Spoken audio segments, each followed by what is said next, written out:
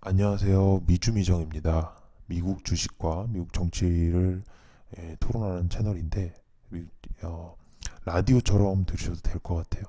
오늘은 저번에 이제 주식과 이제 금리 관련된 정보를 주로 이야기했었는데 오늘은 좀 인물에 대해 알아가는 느낌으로 힐러리 클린턴이죠.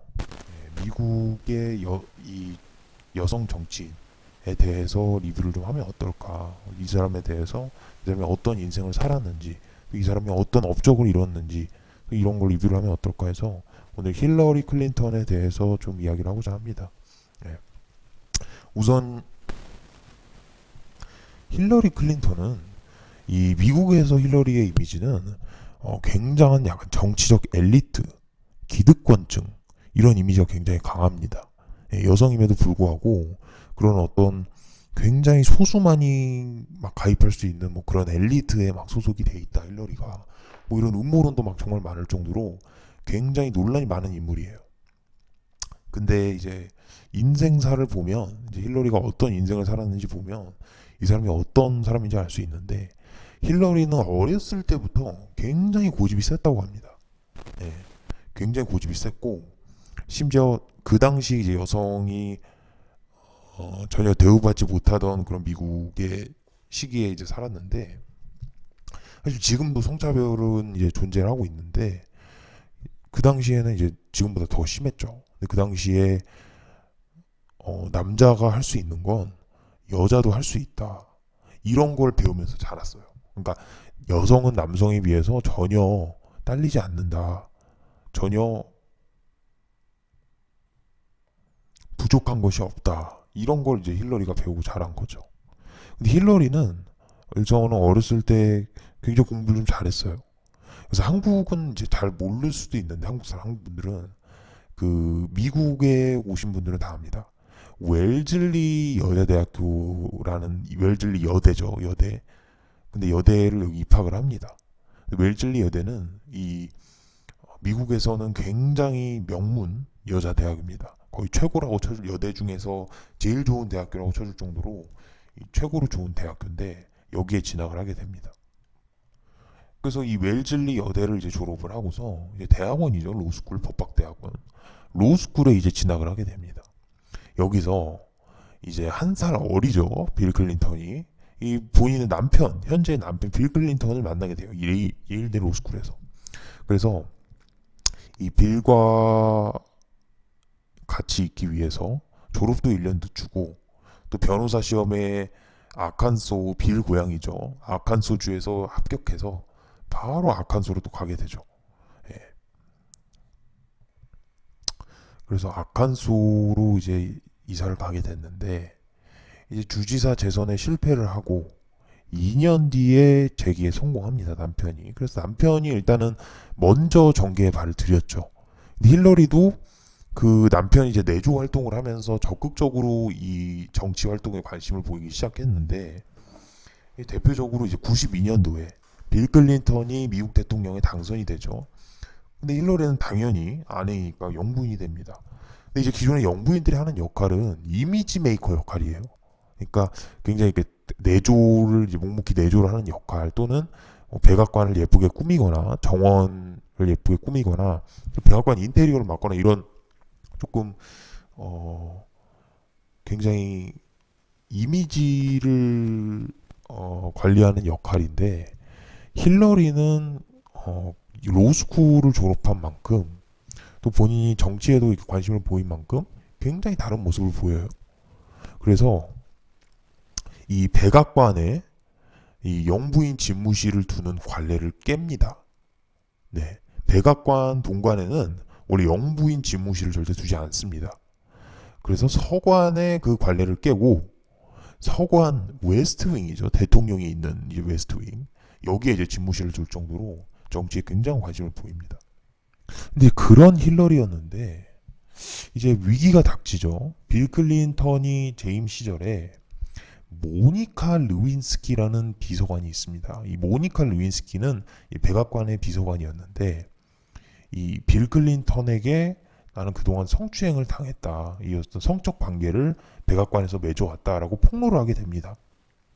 그래서 힐러리에게도 굉장히 위기였고 빌 클린턴이 이 사건으로 사임을 하게 됩니다. 네, 힐러리에게도 굉장히 위기지만 빌 클린턴이 사임을 하게 되면서 어떤 힐러리가 남편이 저렇게 대놓고 바람을 폈음에도 남편을 인정해주고 가정을 유지하려는 그런 대인배다, 이런 이제 평가를 받기 시작해요. 그러다가 이제 엄청난 이제 변호 비용, 남편이 이제 뭐 각종 소송에 걸리고 이러면서 엄청난 이제 변호 비용을 쓰면서 백악관에서 나올 때는 이제 빚을 진 상태로 나옵니다. 예. 그 당시 이제 빌 클린턴 대통령이 사퇴를 하면서 빚을 진 상태로 백악관을 나옵니다. 근데 이제 백악관을 나오는데 이 그 뉴욕 이제 본격적인 이제 본인이 정치 활동을 직접적으로 하기 시작합니다. 뉴욕에서 이 상원의원 선거에 출마를 하죠. 그래서 이 상원의원 선거에 출마를 해서 상원의원에 당선됩니다. 예. 여성이 뉴욕의 상원의원에 당선이 되죠. 그래서 이제 미국에 만약에 이제 여성 대통령이 나오게 된다면 힐러리가 가장 유력한 여성 대통령이 될 것이다 라는 이야기까지 나오게 됩니다. 그런데 이제 잘 정치적 커리어를 쌓아가고 있는가 싶었는데 갑자기 정치적 신인 버락 오바마가 등장을 하게 됩니다. 그 당시에 미국에서는 당연히 힐러리는 이제 기존의 정치 경험도 있고 이래서 힐러리가 당연히 되겠지라고 생각을 했는데 경선에서 이 버락 오바마라는 후보한테 패배하게 됩니다. 매우 굴욕적이죠. 여기에 패배를 하게 되죠. 그래서 경선 과정에서 패배를 하고 결국에는 버락 오바마가 미국 대통령에 당선되기 이르죠. 버락 오바마가 이제 이런 말들 하죠. 버락 오바마가 만약에 대통령이 이제 됐으면 만약 힐러리를 부통령으로 했었으면 어땠을까? 러닝메이트로 힐러리가 같이 있었으면 어땠을까라고 하는데 사실은 이제 서로 완전 서로가 유력 경쟁 상대였던 만큼 힐러리가 이 경쟁 과정에서 어마어마한 빚을 지게 됩니다. 이 경선 과정에서 그 상태로 이제 패배했기 때문에 이제 여기다가 또 부통령 선거까지 나가게 되면 또 러닝메이트가 되게 되면 더 많은 빚을 지지 않을까라는 그런 걱정이 있었다고 합니다. 그래서 이제 오바마는 이제 힐러리가 거절을 하니까 그 오바마로서는 이제 어떤 힐러리가 이 행정부에서 굉장히 정치적 거물인 만큼 역할을 맡았으면 좋겠어서 국무장관직을 제안합니다. 미국에서 국무장관직은 굉장히 높은 직급입니다. 장관 중에서는 제일 높은 직급이고 대통령 승계서열 4위입니다. 네. 미국에서는 대통령이 죽게 되면 그 다음 부통령, 그 다음에 하원의장, 그 다음에 국무부 장관한테 대통령 자리가 돌아가게 됩니다. 대통령 지위 승계서열 4위인 만큼 장관 중에서는 최고위직이라고 할 수 있는데 뭐 저희 나라로 치면 외교부 장관보다 더 높은 그런 직책이라고 볼 수 있어요.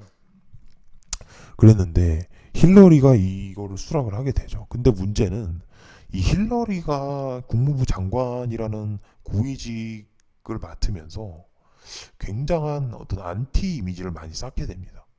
예. 그냥 안티 팬도 굉장히 많이 생겼고 왜 많이 생겼냐? 이 국무장관 재임 시절에 있었던 그 이메일 스캔들이죠. 도널드 트럼프와 경쟁을 하면서도 이 사건은 굉장히 심각한 문제가 됐어요. 이메일 스캔들 계속 나왔죠. FBI가 힐러리의 이메일을 수사한다. 이런 사건들이 굉장히 많이 나왔는데 이게 힐러리의 걸림돌이 됩니다. 그래서 나중에 보니까 힐러리가 2016년도에 국무장관을 이제 나중에 그만두고 2016년에 오바마가 아니고 힐러리하고 트럼프가 붙었죠. 네, 트럼프가 붙었는데 표는 실질적으로 총 표수는 힐러리가 200만 표를 더 많이 받았어요. 트럼프보다. 그런데도 미국에는 특이한 선거인단 제도라는 게 있기 때문에 힐러리가 이기지 못합니다. 힐러리는 한마디로 200만 표를 더 받고도 대통령에 당선되지 못한 또 하나의 인물이 됐습니다. 그런데 사실 이 남편인 빌 클린턴도 그렇고 힐러리도 그렇고 힐러리 본인은 이제 선거 유세 과정에서 어떤 너무 네거티브에만 집중을 한 게 아닌가. 그건 사실 나중에 빌 클린턴이 인터뷰에서 한 말이지만 이 러스트벨트 지역이죠. 미국의 스윙 스테이트라고 하는데 이 스윙 스테이트가 뭐냐면 미국의 대선에 있어서 대통령을 좌지우지하는 그럴 정도의 영향력을 가진 스테이트입니다. 예. 예를 들면 캘리포니아주 같은 경우는 계속 민주당을 뽑죠. 텍사스주 같은 경우는 계속 공화당을 뽑습니다. 거의 그래왔고 그래서 그런 주는 이제 스윙 스테이트가 아닌데 펜실베니아, 미시건, 위스콘신 뭐 이런 데는 굉장한 스윙 스테이트죠. 이런 산업 벨트, 러스트 벨트 지역이 스윙 스테이트인데 여기에 있던 백인 노동자들을 홀대했던 게 결국에는 힐러리가 트럼프한테 졌던 가장 큰 패배의 원인이 아닌가라는 이제 분석이 나중에 나왔죠. 그래서 이제 힐러리는 그런 뭐 분석에도 불구하고 어쨌든 졌죠. 2016년 대선에서 졌는데 뭐 2020년에는 어쨌든 안 나왔어요. 지금 보면 대선에 출마를 안 하고 앞으로도 정계 활동은 안 하지 않을까라는 그런 분석이 지배적이에요. 그리고 앞으로 본인도 어떤 그런 출지 출마 의사를 밝히지 않고 있고 또 건강이 또 예전만큼 좋지 않다고 합니다. 또 2016년에 연예계 헐리우드 그리고 또 언론 뭐 CNN, MSNBC 뭐 이런 언론들의 압도적인 지지를 받았죠.